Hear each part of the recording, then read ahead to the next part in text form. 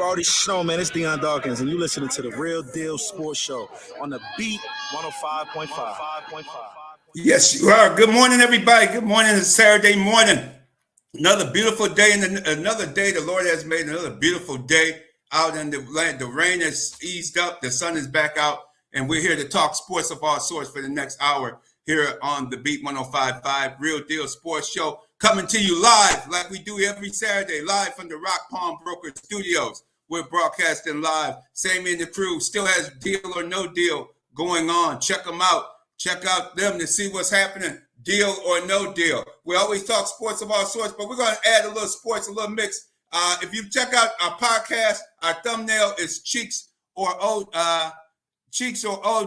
You know, we've all as a society, and especially as African American people, we took pride in BET. The Johnson family started in BET. You had the music awards last weekend. Man, I thought the rump shaker was dead, but no, it's not. The rump shaker is in full effect. But was it in too full effect last weekend? BacSpin, you there? Who's that? BacSpin? Can you hear me? Oh, J-GILLZ. Good morning, J-GILLZ. Welcome to Real Deal Sports Show. How you doing this morning? Hey, good morning to the Real Deal fam. Yeah, man, that BET Awards, something else. It was something else. A great show, I would say, in regards to some of the performances, but I would have liked to see a little bit more, if you ask me. You know, I don't think the fellas was represented too much throughout the night. Why was that? Why do you think that was the case? I'm not sure, man. I'm not sure exactly why. I mean, they had plenty of people to choose from. I saw Babyface, you know, presenting Usher with the Lifetime Achievement Award. I said, oh, Usher could have Babyface definitely could have gave serenaded the people with a little bit of something. You know what I'm saying? Yeah. Had Tyrese and Tank in the crowd doing their thing, and I just thought that, you know, it could have been done just a tad bit better. I'm not sure the agenda, but something is up for sure. Yeah, and like people were saying about the dress code, what happened to when you go to the Grammys and shows of that nature, people are dressed accordingly? You have people dressed very risque. Maybe it is a risque award show. I don't know. Maybe it's turned into a risque type award show. It's not like the Grammys or some of the other ones that people come dressed to impress out there and so forth. But it seemed to be, it was lacking there a little bit. I thought it needed a little bit more class in the show. You have showmanship. We're great for showmanship, the whole 9 yards. We're good for class as well. There's a lot of Usher, a class act. They ran over time with his speech, but they should have allowed him to finish his speech without cutting him off, because that's a legend, and you should let the legend speak. He's a legend to the, especially idol and someone that a role model for the younger artists to try to reach his level of success. Right, J-GILLZ? Absolutely. And to their point, I think that it's just a different day and age, right, man? It's a younger people. You know, you look at the artists who popping right now with Sexy Red, Glorilla. You know what I mean? Come on. Sexy Red, ain't much sexy about her, man. Why the hell she got to call her Sexy Red? I ain't see a damn thing sexy about her, man. Come on, man. When you look at the clientele, that's, you know, that's what they're gonna do. That's what they're gonna do. Man, oh my gosh, man. Man, what happened to the Halle Berrys and all these other folks, man? And man, there's a whole bunch of Diane Carroll. I even go back to Diane Carroll and all these class acts, man. But Sexy Red, there's a place for Sexy Red, but man, she shouldn't be the marquee of your award show and things of that nature. And then the thing that really got me is people had the nerve, including Stephen A. Smith. I wasn't surprised at Stephen A. Smith. He's been on a trip for the last year anyway. But why would people be upset that O.J. Simpson was on memory when they went down memory and showed the people that passed away during the past year? People don't, you know, we got to educate. You know, this is a black award show, BET award show. We can honor who we want to honor. Why can't we honor our people without people controversy? O.J. Simpson was on there. Do people remember that he was an artist, an actor? He was the first football player to have a TV commercial. Before 1972-73, when OJ got the commercial for Hertz, no other football player or other athlete was doing a TV commercial. It ain't like it is today where you see these athletes and all track and field stars and sports people in all different sports now and football players doing TV commercials. It wasn't like that in the 70s. OJ he opened the door for sports athletes to say, hey, it's all right to use an athlete for a commercial with the Hertz rent-a-car company. He ran that. People don't realize he was on TV. This guy was doing a TV show. He was on Police Story, playing a cop on Police Story each week. He made movies. People don't realize this guy was serious. He was big time before there was big time for professional sports athletes. And for people to criticize that, and Stephen A., you need really, man, come on, man. To give the guy credit is due. It's the reason why everybody knows this guy. Obviously, that the incident happened in the mid 90s. Obviously, it went south on his career when that personal issues and things of that nature took over. But before that incident took place, this guy was, man, phenomenal. People wanted to see this guy all the time, man. Wanted his autograph, wanted to see him. Everybody wanted to see the juice. And the guy still has records in the National Football League on the books. No other Buffalo Bill has any records that are number one on the books of the National Football League. This guy got 6 of them. He used to have 10 of them. He used to have 12, J-GILLZ. And people want to try to act like because of what happened in his personal life, you want to say, oh, we supposed to X this guy? Are you serious? J-GILLZ, help me out. Am I wrong or am I beating up the wrong tree? What's wrong with these folks, man? Do some history. Learn your history. The greatest football player the Buffalo Bills have ever had, and possibly the best football player in the National Football League during this time. 2003-yard season. Come on, man. My mic was muted at the time. I was listening to the audience. I was trying to cut this man off. I was trying to cut the Radman off. My mic was muted. Y'all got to excuse me. But Radman, I think we got to look. He has a tainted past. That's something that we cannot overlook. You know, when you talk about the history of O.J. Simpson, when you talk about I'm not black, I'm O.J., you talk about the BET Awards. You're talking about a man who didn't resonate with the black people and black culture. He was a black man. He was a historic athlete. He did phenomenal things, but culture-wise, what did he do for the culture? You know, he was a tainted past. The man, he passed away, and it's very unfortunate, but celebrating him at the BET Awards, I'm just not sure if that was the right thing to do. What has he done, the historian Radman, what has OJ done for black people to uplift black people? Oh, I uplift them in the sense of taking it to the next level and also showing you how not to get involved with drugs and alcohol as well as a part of your life. You see, he showed you an example of what not to be, how to carry yourself off the field, but on the arena of sports, you got people, rappers and singers who have shot and killed people or been in all kinds of incidents, in and out of jail, and be glorified, talking about, yeah, I went to jail, man. I was in jail a year, man. Now I'm the number one on the hip hop chart, man. I'm number one now, man. So come on, man. It's a lot worse than when it was when OJ did.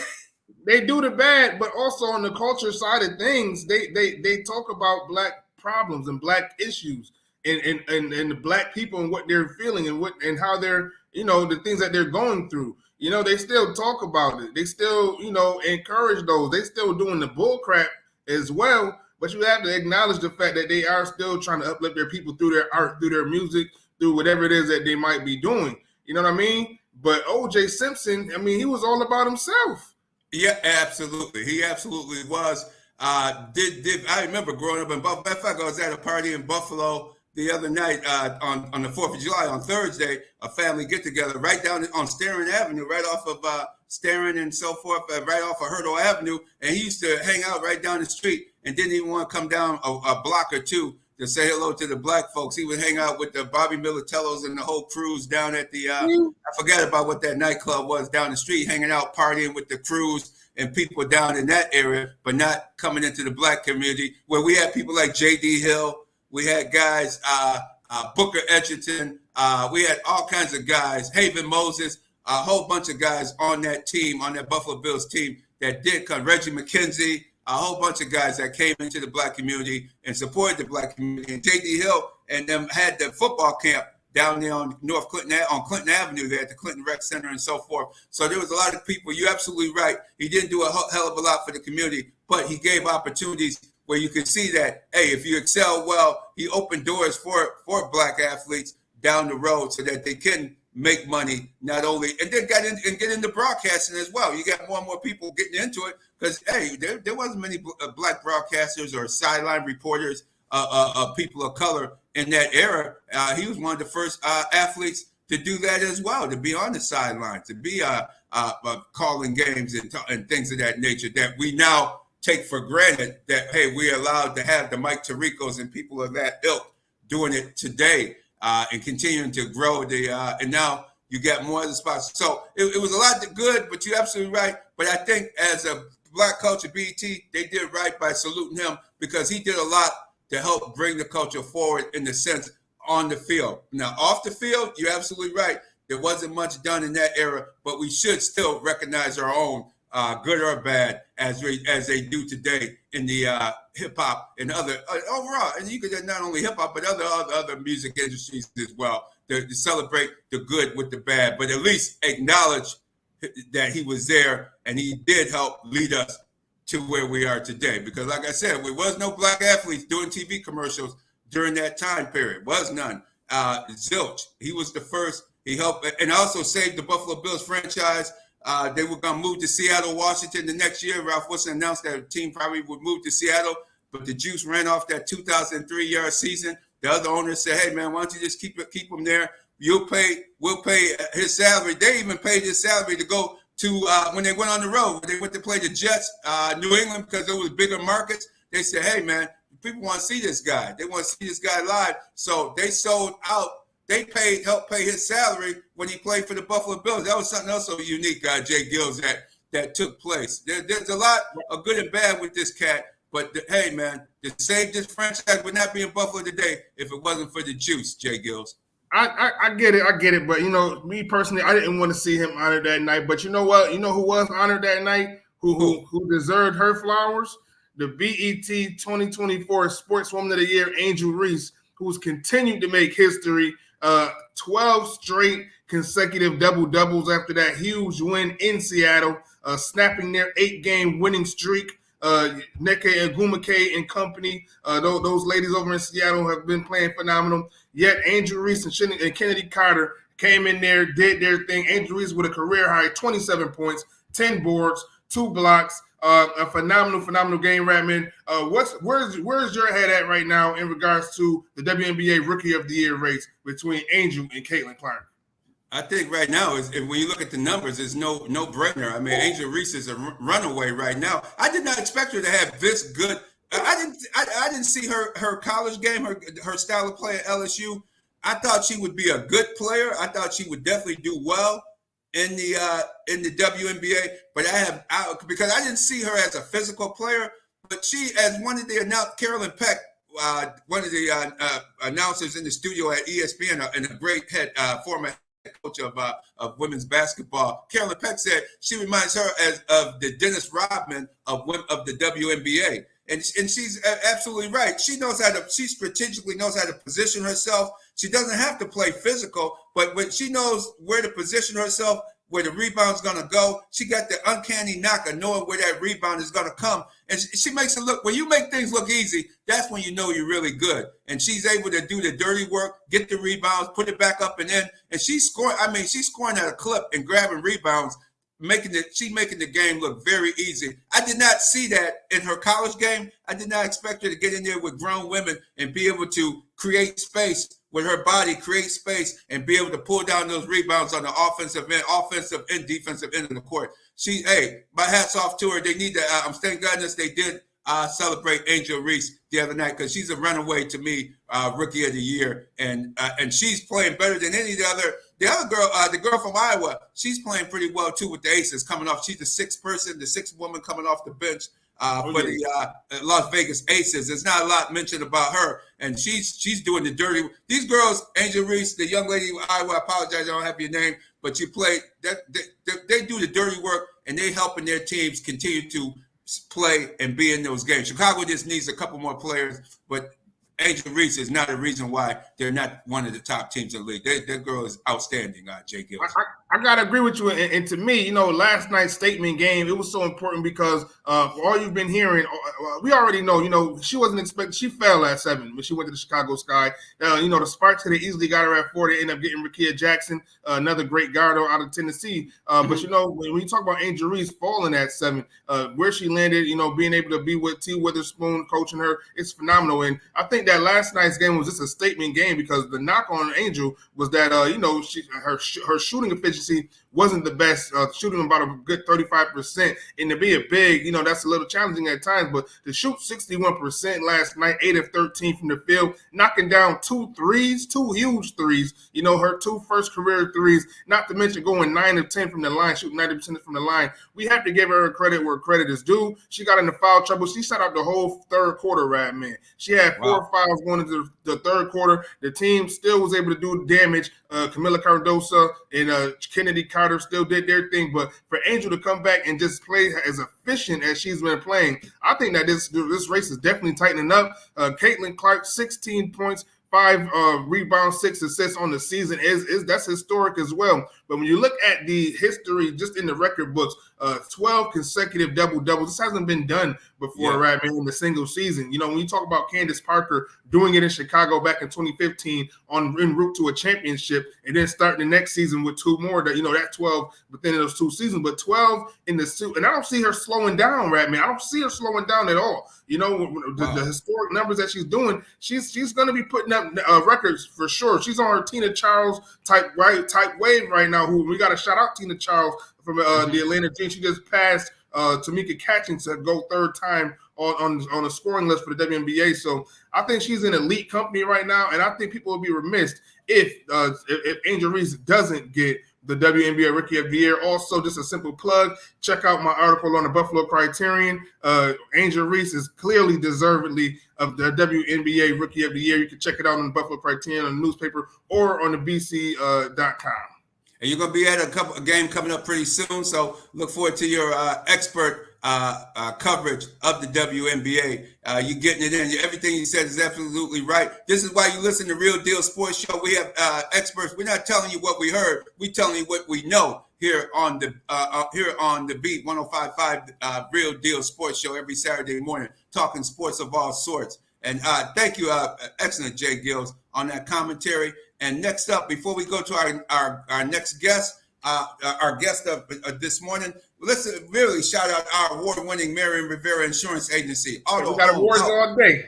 That's right, all day long. They get stacking up. You go in her office now, she got another one sitting up on the mantelpiece there.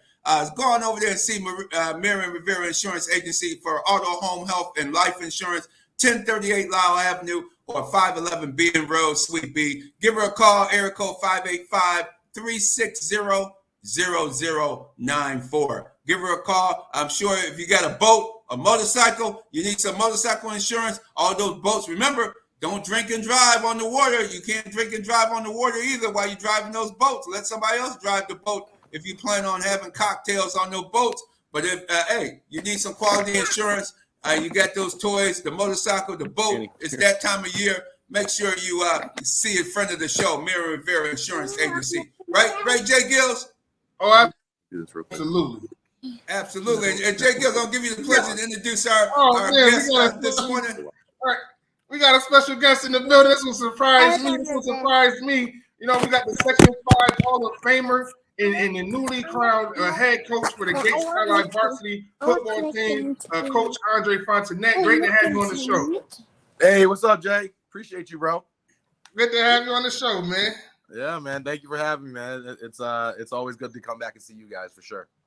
Yes, indeed. And we all usually have you on, but first we want to congratulate you first on the becoming we'll go back in chronological order, the Gates Childline head coach. How does it feel to be a head coach in Section 5 coming up for this upcoming football season? Man, it feels really good, man. It's I've learned already that there's a lot more, and I knew it, but there's a lot more to it than just, X's and O's, Yeah, and how do you start getting ready where you got to first introduce yourself to the students that are coming back and maybe some recruiting of other students there at the school trying to say, hey, people interested in coming out for the football. How does that all work? Well, the first thing we did was, I of course I had to go in and meet meet the kids on the team, the returning players.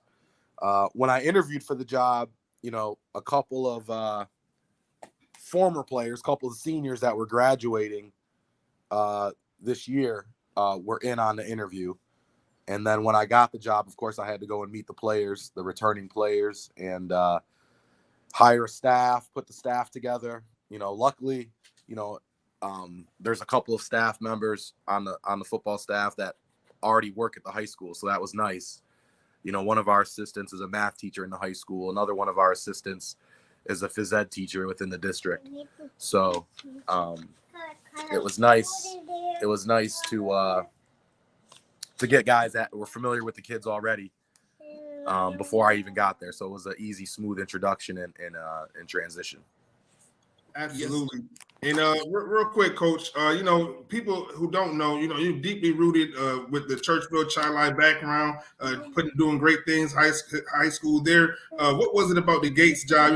It's still Child Life. It ain't Churchville, it's Gates, but it's still that Child Life tie. That tell me, what was it about the Child Life ties that makes this job even better?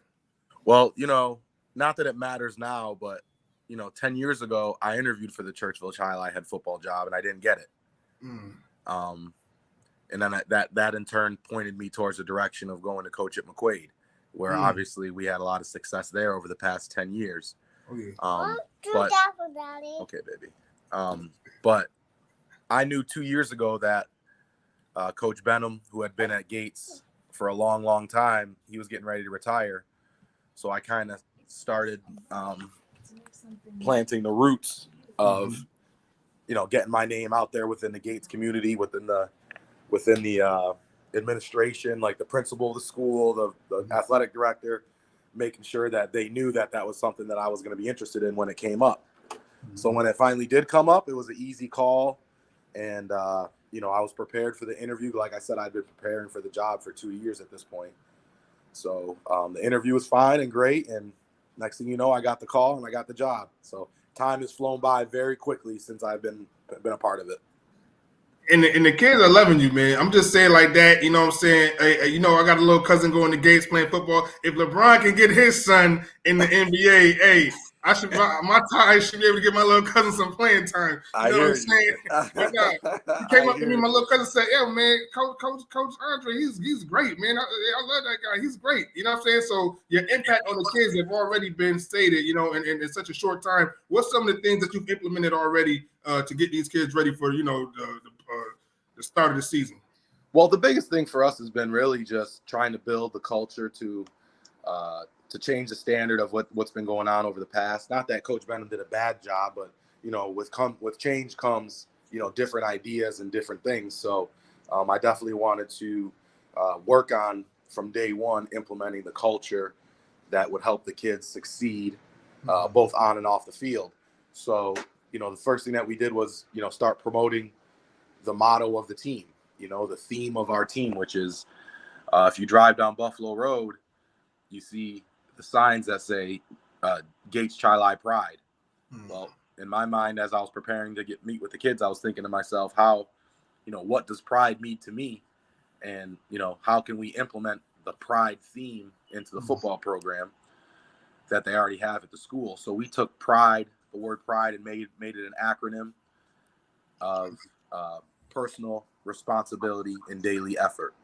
And then that kind of covers all our bases in everything we do. We want personal responsibility and daily effort towards, what we're doing in the classroom, what we're doing in the town, what we're doing on the practice field, and obviously what we're doing on the game field. So trying to hold the kids accountable towards their actions, both positive and negative actions, and get them to understand how everything they do can impact them in some kind of way.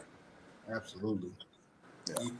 Yeah, that's very important, and sounds like you're getting ready because here it is, July already. You got training camp. When you guys start in August? So the kids, when I got hired for the job, the kids were already in the weight room 3 days a week, Monday, Wednesdays, and Fridays.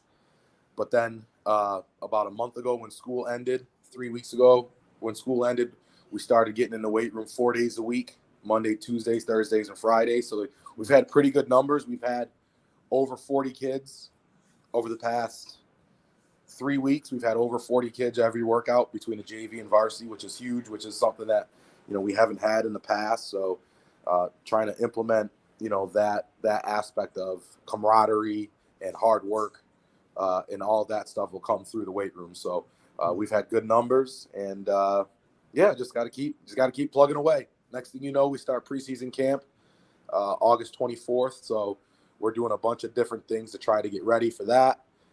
We got, we're having some joint practices with some other teams in the area. Like we got Aquinas coming in this week on Thursday to practice with us the next 3 Thursdays in a row. Then we got a team camp coming up at the end of July for 3 days. We got a couple schools coming to us to practice with us. We'll do another team camp in August at Greece Olympia High School. And then before you know it, August 24th hits and we'll start our own practices. Wow, that's a lot. That's a lot. Yeah, man, it's a lot. It's a lot to schedule. It's a lot to manage. Like I said, I mean, it's a lot more goes into it than just designing an offense or a defense and calling plays. It's you really have to embed yourself into the team, the culture, and the town, the community, and try to make a difference. We have our annual car wash next week on Saturday. So if you guys drive through Chi-Li Saturday, come through. Come through if you drive through Gates. And we're just trying to fundraise and spend the money on things that will help the kids have a better experience. So that's what we're trying to do. Absolutely. That's a lot going in there. Like you said, people think it's more than a notion. Like you said, you just show up on Saturdays or Friday nights and play. No, it's a lot that goes into it. Oh yeah. Almost year round. As you can see, it's almost year round with the workouts and the camp. That's nice with the camps and working with other teams and coming in and training together. That builds camaraderie as well. Right. Well, because we're gonna have Aquinas over because of my relationship with Mo, and our relationship of playing together in college, and now both of us are head coaches in the area. So it was an easy phone call to make to get his kids to come out here, and their kids are. I mean, they're a class AA team. So we wanted to have we wanted to get with teams that we weren't going to play against, right? In the spirit of competition during the regular season, and then like I said, of course they are who they are, and Aquinas is going to be one of the top teams in Class AA this year. So we wanted to get with them just to let us know of the level of competition that's out there and let them know that we're not that good yet. Like Aquinas is where we want to be, and so they need to see that firsthand. And what class is Gates Chi-Li? We're a Class A team. Okay. Surprisingly, because Gates is a big school with a lot of kids, but it's still the numbers give us a Class A ranking. But I'll tell you what, man, it's a beautiful school. They got a beautiful field, beautiful stadium, amazing weight room. It's huge. I mean, we can fit 40, 50 kids in there, no problem. It's really gonna hopefully be a great experience for myself, and then turn things around for the kids, because access to facilities and stuff like that is certainly there.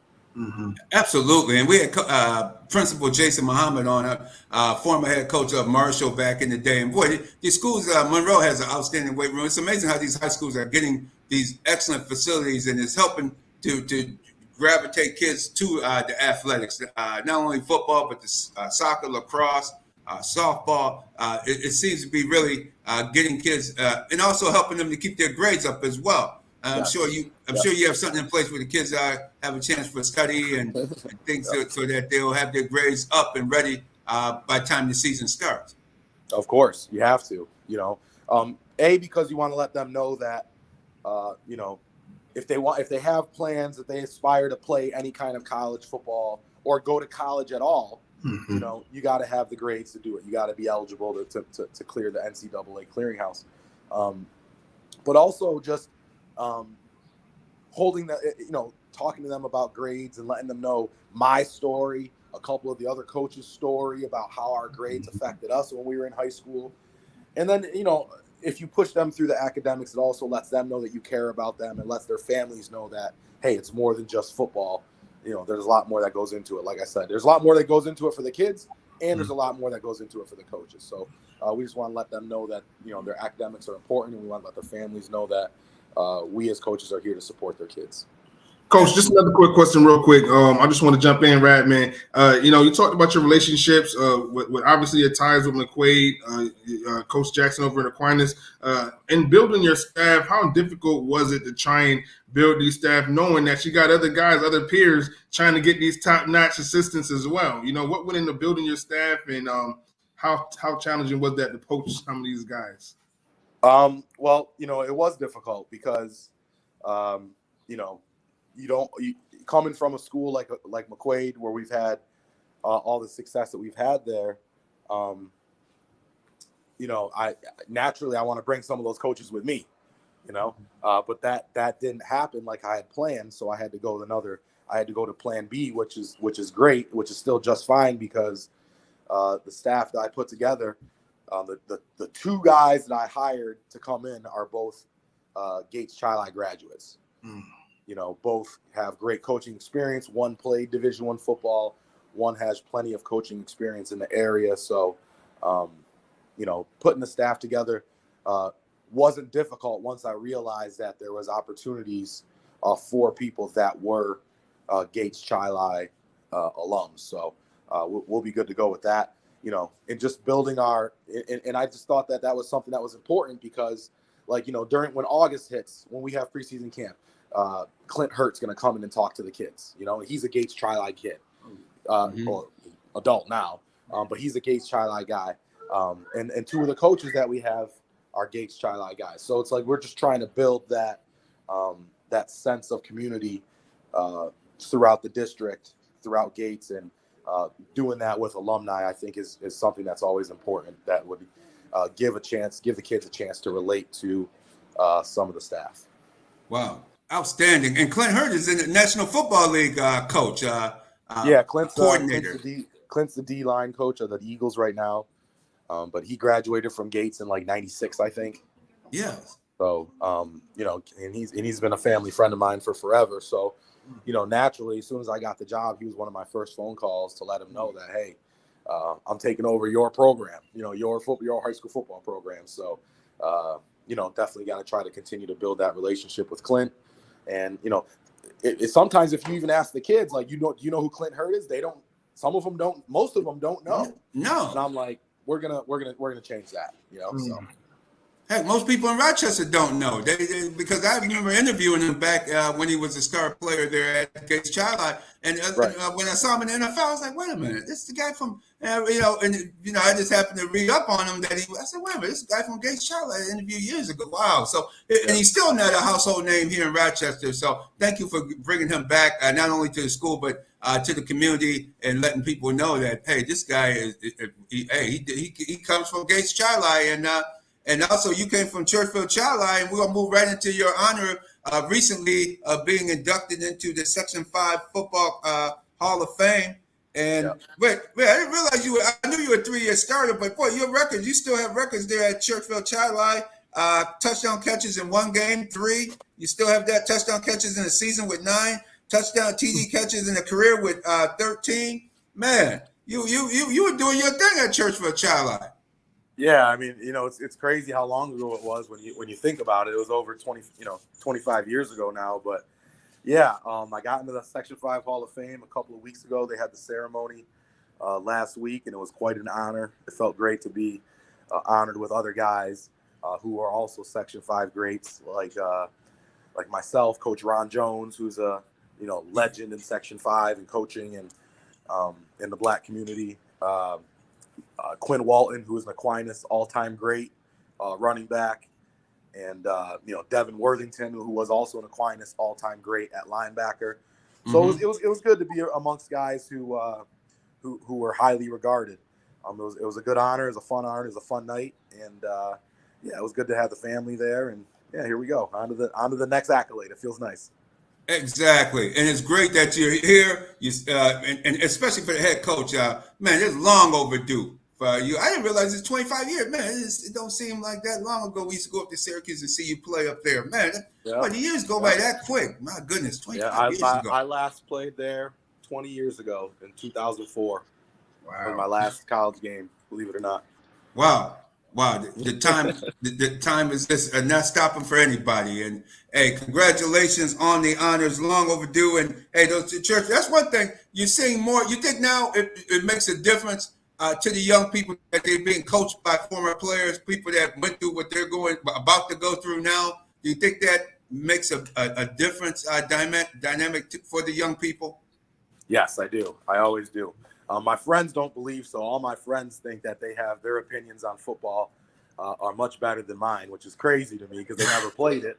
But yeah, I do. I think that it gives me an advantage to relate to the kids, to let the kids know that, you know, I've been through what you're going through as a player, but I've done that also at a high level. So I'm not just saying that you do this stuff for no reason. Like, if you do what I'm asking you to do, it can also get you to the level that I personally have already been at. So being able to say that to the kids, I think gives me a little bit of, helps get a little bit of extra motivation for sure. Absolutely. And always, we can't let you go without commenting about Syracuse University. It looked like things are on the up for the Syracuse football team. He's bringing in a lot of kids, even kids locally are returning back, transferring through the portal, coming to Rochester.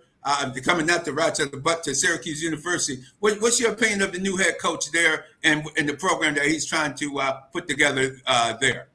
Man, so far so good. I'm really excited. Coach Brown, I met Coach Brown a couple months ago when I was up there for spring practice, and I had a chance to watch the kids, watch the quarterback, Kyle McCord, who's pretty impressive, the transfer from Ohio State.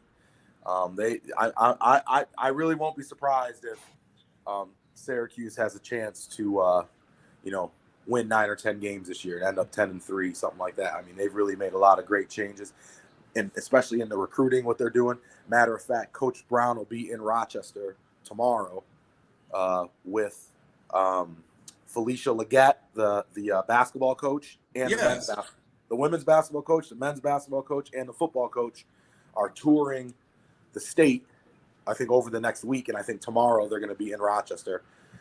So if you get a chance to check that out, definitely do so. Oh, definitely, no doubt about it. Hey, thanks for that. And I gotta, knowing Coach Dre, I gotta get his opinion on this. The Mikal Bridges trade right now. What are the Knicks? After making that great move, how do you feel the Knicks are gonna fare this season? Well, Jay, I'm happy you asked. No, I was happy about the trade. Unfortunately, it led to us losing Hartenstein. Yeah. And it's hard to replace somebody who gives the effort that Hartenstein gives. Mm-hmm. But I think he's replaceable, and I think that what Mikal Bridges brings to the table for the Knicks can be a lot more than what a Hartenstein does for the Knicks. So, as a backup center, so I'm excited for him to be there. I think he's an underrated player, and I think that with it being he's now with his Villanova brothers, I think that his game is going to go to another level for sure. Absolutely. And now we got, like I said, they got 4 guys starting from the national championship team that played together in college. Like, it's crazy. I never seen anything like it. I love to move myself. OG, that's a lot of money for OG Anunoby, but what he offers defensively is going to be a lot. The Knicks are going to be in it for sure. Right, absolutely. I'm excited about the season. I think that we'll finish in the top 4 in the East and see what we can do. But you always got to worry about, obviously, with Boston just winning the championship. You got to worry about Jason Tatum and Brown and everyone over in Boston. So once we get over that hump, but for now, I think we're going to end up in the top 4 in the East and see what happens after that. Word.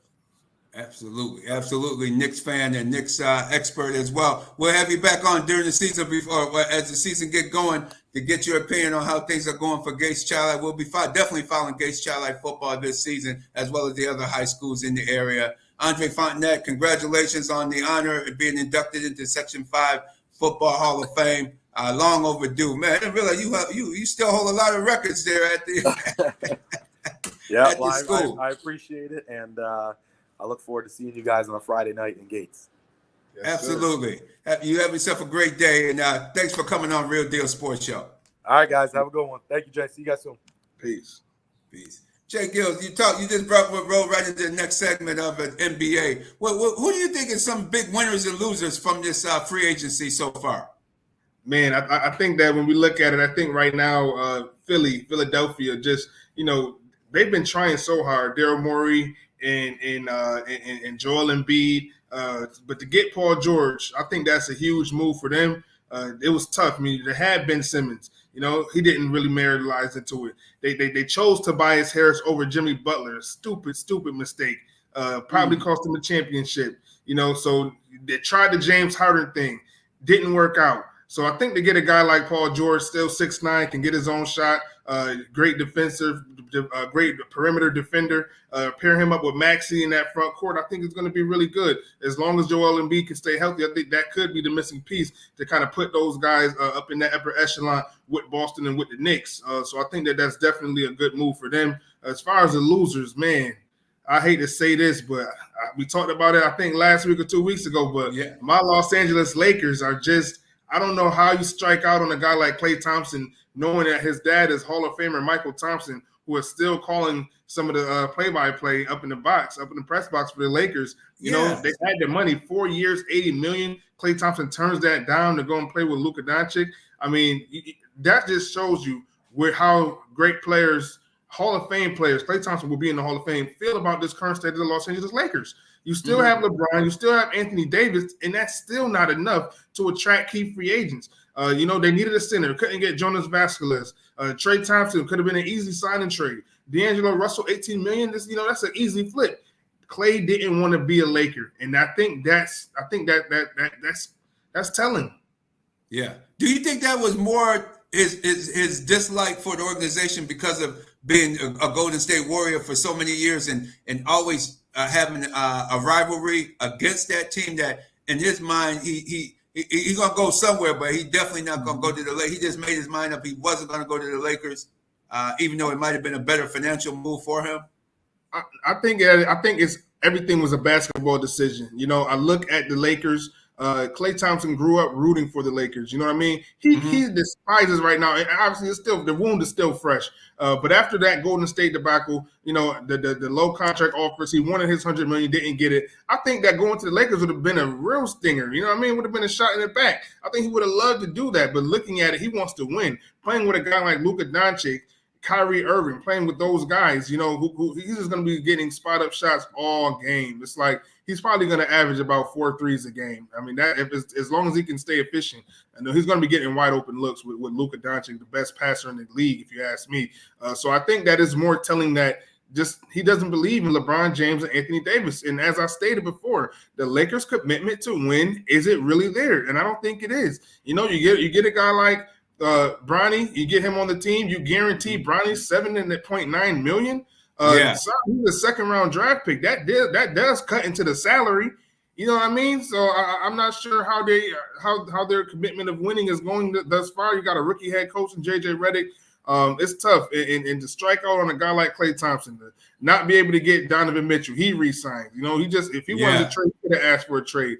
You got a guy like Trey Young, who we'll see what happens there, but still not even looking like they might be able to get him. The Lakers are in there, man. It's tough. Remember about a month or so ago, we had maybe even longer. We had the beat reporter that covers the Cleveland Cavaliers here on the show, right here on the show, here on Real Deal Sports Show. And remember, he said Donovan Mitchell would re-sign with them. He did. He said he loves Cleveland, and he wasn't wrong about that. And the very friendly contract, I think, was a 3-year term, get him to that 10-year mark, and then he's going to really max out over $300 million contract coming after that. So you got to give Donovan Mitchell his credit. But when you talk about those losers, man, right now it's the Los Angeles losers. You know what I mean? And it's tough. And we have on the line, not on the line, but on social media, Morris Thompson down in D.C. We see you, Morris Thompson. He said Klay just didn't want to play with the James family. And he said highlights James family, not the Lakers, man. He calls it the James family. I like that, Morris Thompson down in the D.C. in the district. He don't want to play with the James family. He got a point, though. He got a point. Yeah, it does. And now I'm hearing that Bronny's going to be on the South Bay Lakers for most of the season. And tell us who the South Bay Lakers. Who are the South Bay Lakers? That's the G League team. He's going to be on the G League. You just committed $7.9 million over 4 years to a G League player. You couldn't use that money to get anybody else. I mean, come on.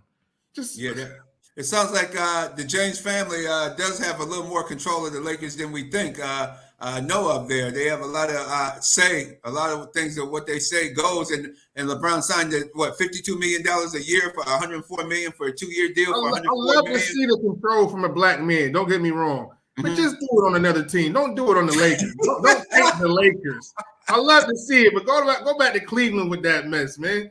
And to have Jeannie Buss letting him do this, I mean, won finals in 6 years in LeBron's finals. Mind you, he's undefeated. He won it, but didn't even sniff another finals.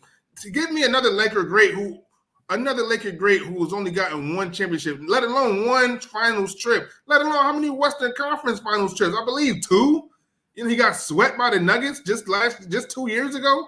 And before that, it was the run in the bubble. Outside of that, the Lakers haven't even sniffed the Western Conference Finals, right, man? And this is not Lakers basketball. You know, they're tainting the legacy, and then you got the guys clicking up in the Clippers. You know, they looking like the real LA team right now. You got Russ, you got Kawhi, you got all these LA legends. You know, I hope D Rose don't go over there. You know what I'm saying? They're gonna be not like us. They're gonna be gripping. Man, listen, man. The crypto, man. Listen, man. Don't let the Clippers get the Rose, and that's gonna be the real LA team, unfortunately. Really, that could happen. And keep in mind, the Clippers moving into a brand new arena. When we were out there for the Super Bowl a few years ago, they were building that arena. That arena should be almost done. I would think they would move into it sometime this coming NBA season. The season after this one. Yeah, at the very latest, because it's right down the street right in Inglewood, right in the heart of the Black community in Inglewood, California. You still have the Fabulous Forum is sitting over there to the left. And I remember the bus tour we were on took us from the Fabulous Forum right down the road to the and it was a major to the construction site. So we didn't see any, but they talked about the amenities and things of that nature. Hey, that arena is going to be second to none. And then they drove us a few more blocks down the road in Inglewood to their practice facility. Holy smokes, man. They built it. I was like, they had cranes going all over the place in Inglewood, which is a Black community out in Los Angeles, California. For those that don't know their geography as that well, hey, Inglewood, California, a part of Los Angeles, California, a Black mayor, predominantly Black city with all of this going on. And like he says, man, they had the Super Bowl there. The Super Bowl is going to come back to the local SoFi Stadium. There in Inglewood. I mean, it is amazing how that city has grown with pro sports and businesses out in that marketplace. And yeah, the Clippers, I think the Clippers they may not ever overtake the Lakers in fans, but they may overtake them with people across the country. They got real West Coast talent. You got Westbrook, Inglewood. You know what I'm saying? You got James Harden, LA. You got Kawhi, LA. You know, these guys are from the West Coast, you know? Yeah, and people seen them grow up, seen them play in high school and college and all of that and the whole 9 yards. So, yeah, that's going to be interesting. Hey, if you want to give a quick call and have a comment, area code 585-595-1055. We have about 5 minutes left, 595-1055. Give a call. And we'd be glad to answer your question if you had a question on sports. Because as you see here, we talk sports of all sorts. And you see with the Major League Baseball, the Yankees falling back down. They done lost 5 in a row. They almost up to 35, 36 losses all of a sudden when they had they were 52 and 20 something a couple weeks ago. But boy, they've fallen on hard times there in the Bronx. Lost a tough one to their arch rival, the Red Sox, last night. Should be an interesting series. But watch out. I was criticizing my Houston Astros. The Astros have gotten red hot offensively. They've won 13 of their last 15 games. With another win last night, 13-12 win, a hell of a game against Minnesota. Minnesota scored 7 in the ninth and almost tied that game up last night. 13-12 win. Astros went through Toronto, dominated my Blue Jays. When are we going to get rid of this hitting balls all over the place, winning games for the LA Dodgers? You get rid of these guys and bring us a bunch of bums, a bunch of straight up bums. Farshow's D, he can't hit. Man, half the guys can't hit. And then they got the nerve to say, what's wrong with Vladimir Guerrero Jr.? What's wrong with him? He ain't got nobody hitting in front of him or behind him. I mean, they can come at him. They don't have nobody protecting him ahead of him or even behind him. And you got the nerve, the audacity to ask about a great player like Vladimir Guerrero. And he went off the last few weeks with some great hitting Man, hitting displays, bringing scoring runs for the Blue Jays. He's the only person that the Blue Jays can talk about positively, because you got a bunch of bums that Ross Atkins brought in to Toronto, Canada. They need to deport half of those cats. Varsho, send that bum back to Arizona somewhere. Man, come on. And we just want to highlight a couple games today, for our sports listening audience. You got the Yankees and the Red Sox going back at it after they, like you said, having a bad loss last night, 5-3. But, you got that today at 1 o'clock. And then, WNBA action, you got the Liberty versus the Fever, Caitlin Clark versus Brianna Stewart. That's also at 1 o'clock on CBS. It should be, they call these the dog days, but these they ain't looking too doggish anymore.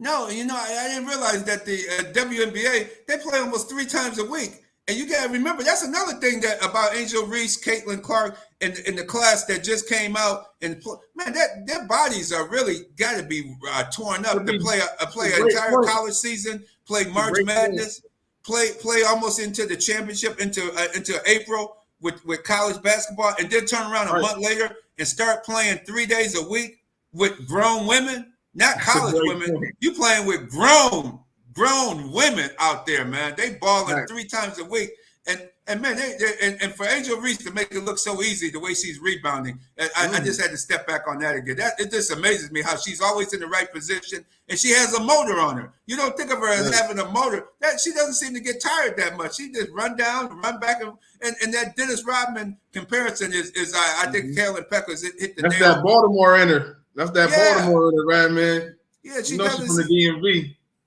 Yeah. Yes, indeed. She got that Baltimore in it for sure. I see Morrison, our DC friend, making excuses for the Yankees. Oh, look at it. Yankees came out too fast. They're tired. They need rest. Well, everybody needs rest, man. Everybody playing. They play 182 games.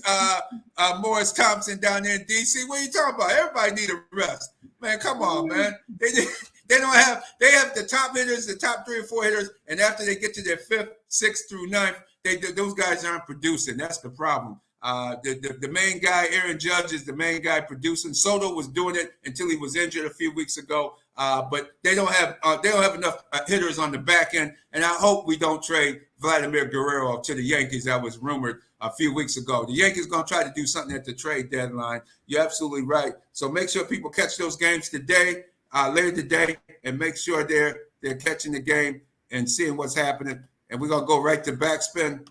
Go back to BacSpin there. Sir, how y'all doing today? Can't complain. All this good Angel Reese talk. We just missing the Fanatic to give us that real exclusive. Yeah, he got that LSU Bayou that whole vibe going when it comes to the one and only Angel Reese. So he's got the inside scoop, if you will, when it comes to her. He's so close to her college career and her collegiate accolades and all of that stuff. Like, he was right there on the ground floor to see that whole Angel Reese phenomenon, blow up in real time, in real life. And we're all just flies on the wall, trying to get with that Angel Reese vibe. You know what I mean? She's super dope, man. Definitely doing her thing, and she's living up to the hype. That's what I love about it. Absolutely. See, and we know about living up to the hype. You're ready to take over and do your thing, because you always live up to the hype and make everybody feel good on Saturday mornings. Thank you, my brother. I appreciate that. That's what I intend to do. That's what the Back in Time Mix Show is all about, playing the classics that we know and love, that we grew up on, and giving us that nostalgic feeling of, just when time was a lot simpler in our lives. You know what I'm saying? Yes, indeed. And were you upset at all about the BET Awards show last week? I didn't care for it. I know once BET got sold to Viacom and Time Warner and all of that, I knew things would never be the same. They're trying to make BET a black MTV, and that's just not what it is. No. That's what BET was all about. You know what I mean? Black entertainment television, and it was a lot of advertising going on in between, giving away awards and stuff like that. It was like a lot of advertising going on in this award show, and that just lets me know how monetized that these award shows have become. And the corporate machine, man, is all about the bottom line. Yeah. Yes, and indeed. That's what we experience. So You know, They take away from this culture and the substance it by does. with that corporate tie-in, because they does. used to have a news. They took away the news. As soon as they bought it, Viacom and then they got rid of Ed Gordon in the news. So if you can't even have a half-hour news program dedicated to black news, what that tell you? Yep. So I mean, that's what it is. They're trying to push our narrative, and which is crazy to me. But you know, it's up to us to keep the culture alive, and you know, to let the people know what's what and what it is, and you know, that's why we here, fellas. That's why we are here. You heard? That's right. A black MTV. I love it, man. That's a beautiful quote. I'm gonna remember that one. No doubt. Keep it where you need it. Rock City, the Real Deal Sports Show, every Saturday morning at 8 a.m. with the Fanatic, the Radman, and the dopest J-GILLZ. All y'all need to do is stay locked in. Appreciate you guys, fellas. Appreciate you. Catch you next week. Yes, sir. Yes, sir. Keep it where you need it. Rochester, New York. The Back in Time Mix Show is on the way right here on the beat.